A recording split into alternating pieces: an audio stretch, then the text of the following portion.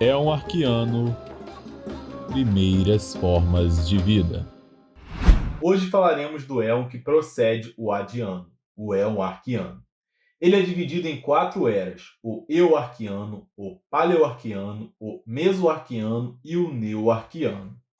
A era Eoarquiana é compreendida entre 4 e 3,6 bilhões de anos atrás. Havia nesta era uma escassez generalizada de rochas, e a explicação para isso é a quantidade de detritos presentes no sistema solar. Mesmo depois da formação planetária, consideráveis volumes de grandes asteroides e meteoritos ainda existiam e bombardearam a Terra inicial até aproximadamente 3,8 bilhões de anos atrás. Um bombardeamento pesado tardio pode ter impedido que qualquer tipo de crosta se formasse, já que eles despedaçavam os protocontinentes iniciais. A Terra estava coberta em grande parte com água, graças aos meteoros que trouxeram água para o nosso planeta, como dito no último vídeo. Havia vulcões e ilhas vulcânicas surgindo por todos os cantos. Os oceanos estavam verdes e ácidos, a partir de compostos de ferro dissolvido. O céu era laranja por causa da alta concentração de amônia, metano e dióxido de carbono. A temperatura rodava em torno de 70 graus e diminuiu para 35 graus no final da era. A água penetrava pelas fissuras da crosta terrestre, tornando-se mais quente e coletando minerais e gases pelo caminho que, misturado com os minerais e substâncias químicas vindas dos meteoritos, de alguma forma deram origem à vida. Então, agora a água está repleta de vidas microscópicas. Chega ao fim da era Eoarquiana e começa então a era Paleoarquiana, compreendida entre 3,6 a 3,2 bilhões de anos atrás. Durante esta era surgiram os primeiros continentes, possivelmente devido à colisão entre arcos de ilhas, que se amalgamaram formando pequenas massas continentais. Conforme mostrado nesta imagem, essas são placas tectônicas existentes no nosso planeta. Elas se movimentam frequentemente e irão manter-se movimentando até o fim do nosso planeta. Consequência essa da energia liberada no núcleo da Terra. A Terra era extremamente quente, por isso a atividade tectônica de placas era muito mais rigorosa do que é hoje. Isso poderia ter evitado a formação de continentes até que o manto se esfriasse e a convecção diminuísse. Fósseis bem preservados de bactérias datadas em 3,46 bilhões de anos foram achadas na Austrália Ocidental, sendo desta era as mais antigas evidências de vida. Nela surgiram as primeiras bactérias produtoras de oxigênio. Esta era geológica era marcada pela baixa disponibilidade de oxigênio livre, mas havia muita presença de gases vulcânicos, carbono, nitrogênio e hidrogênio. No início da era, a temperatura da Terra girava em torno de 23 graus e o dia tinha duração de 18 horas. Segundo informações demonstradas em gráficos no site Biointeractive, além disso, a ocorrência da luz solar na Terra era muito maior que a atual. E falando sobre a vida nesta era, eram formas simples, como por exemplo as bactérias.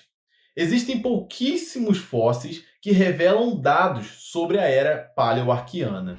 Contudo, existem registros fósseis de bactérias procariontes, que viveram há cerca de 3,5 bilhões de anos, encontrados na África, de acordo com o Laboratório de Paleontologia da Amazônia.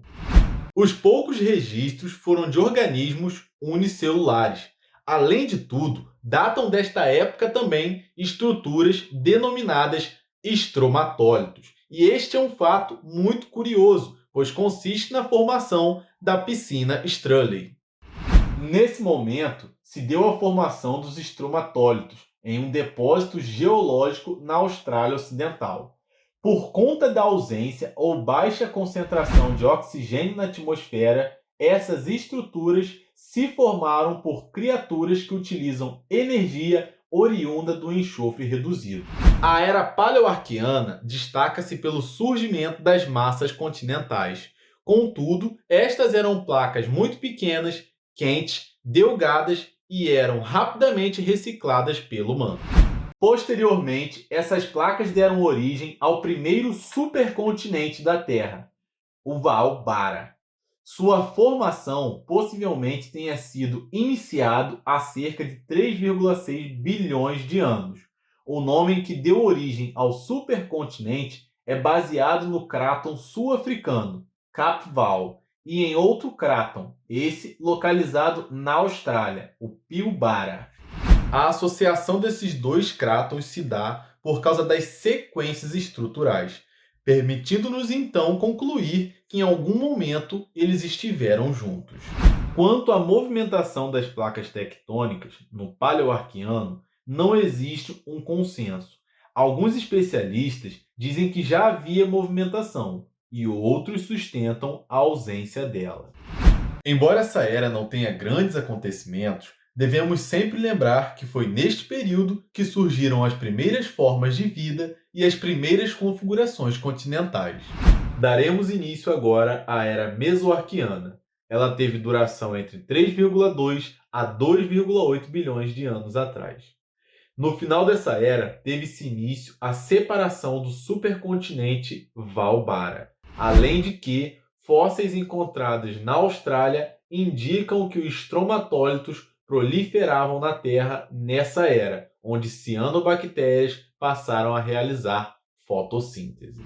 E para você que não sabe o que são cianobactérias e fotossíntese, eu vou estar explicando um pouco melhor, até mesmo me aprofundando mais um pouco sobre o que são os estromatólitos.